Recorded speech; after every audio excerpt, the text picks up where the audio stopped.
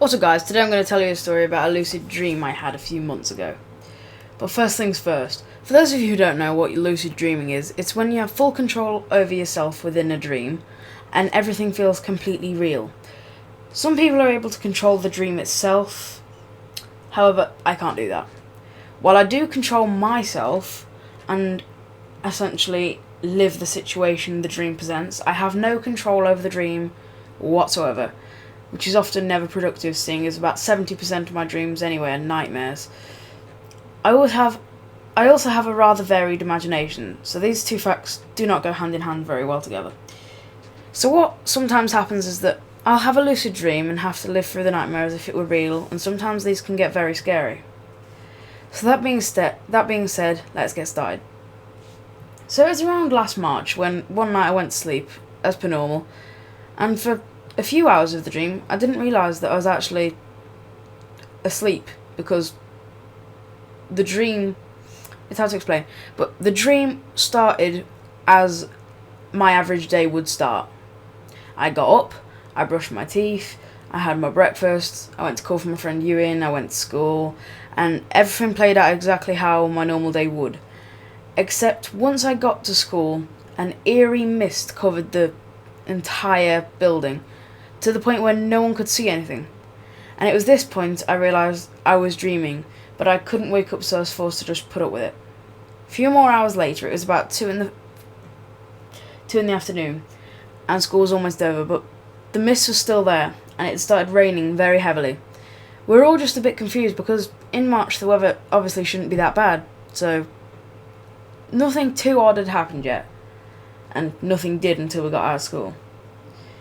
So me, my friends Dean, Ryan, Beth, George and Grace were all standing outside my school gates waiting for everybody else to just arrive and say our goodbyes for the weekend, when everything just got very, very, very creepy.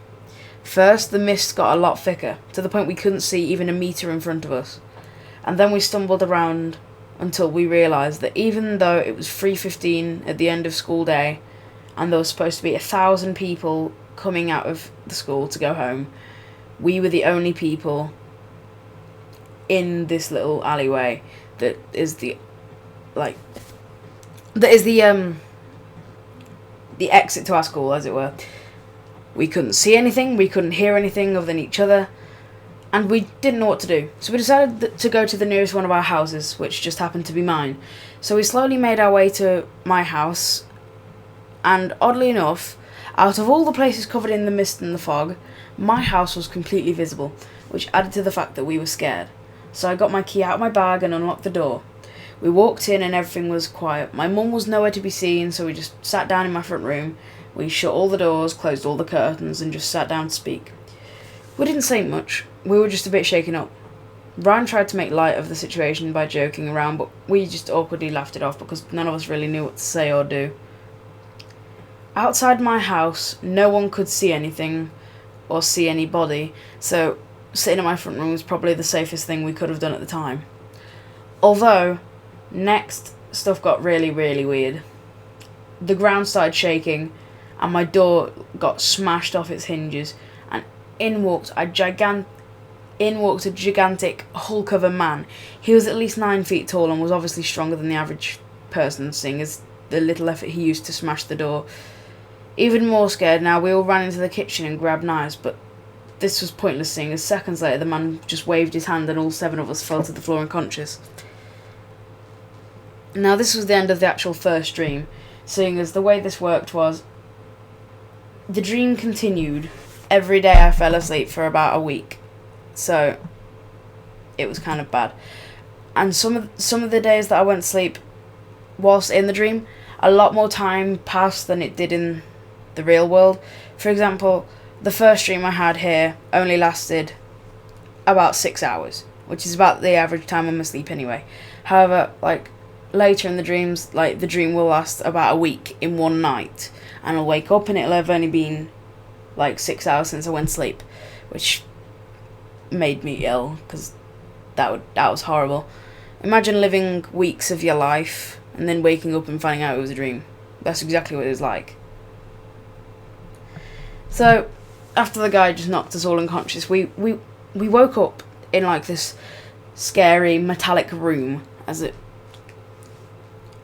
It's hard to explain, but it was kind of futuristic in some ways, but it was scary to say the least, seeing as we were tied up to like metal posts. We couldn't see a thing, we couldn't hear a thing.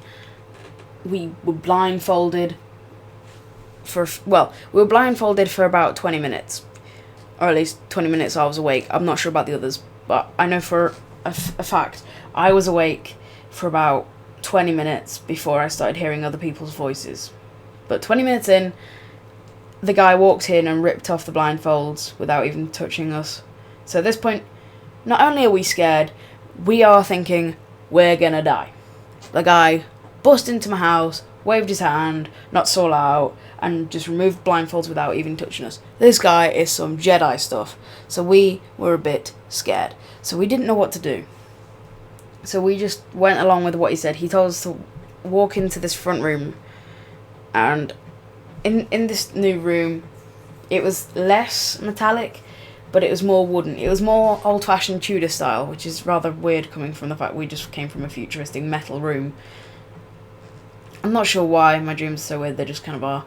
But we were told that over the next week of our lives, if we do this properly, we are going to have to do exactly as he says, or he's going to kill us. We are going to have to find keys. 7 keys, 1 per night. 1 per night from here on in. And we were rather confused, because we're like, well, how are we going to find the keys? What are the keys for? Why do we need to find the keys? And he, when we asked these questions, he's like, you're going to find the keys because I told you you need to find the keys. The keys are your keys to freedom, essentially. Although, in the end, they kind of weren't. Something else was, but I'll get to that when we actually get there. I'm coming up on 8 minutes, and I'm starting to run out of, I'm starting to articulate very badly. So I'm just going to end the video here. Guys, if you want to see the next part, then just say something. Anyways, guys, if you're new here, please go ahead and subscribe. See you all later. Bye-bye.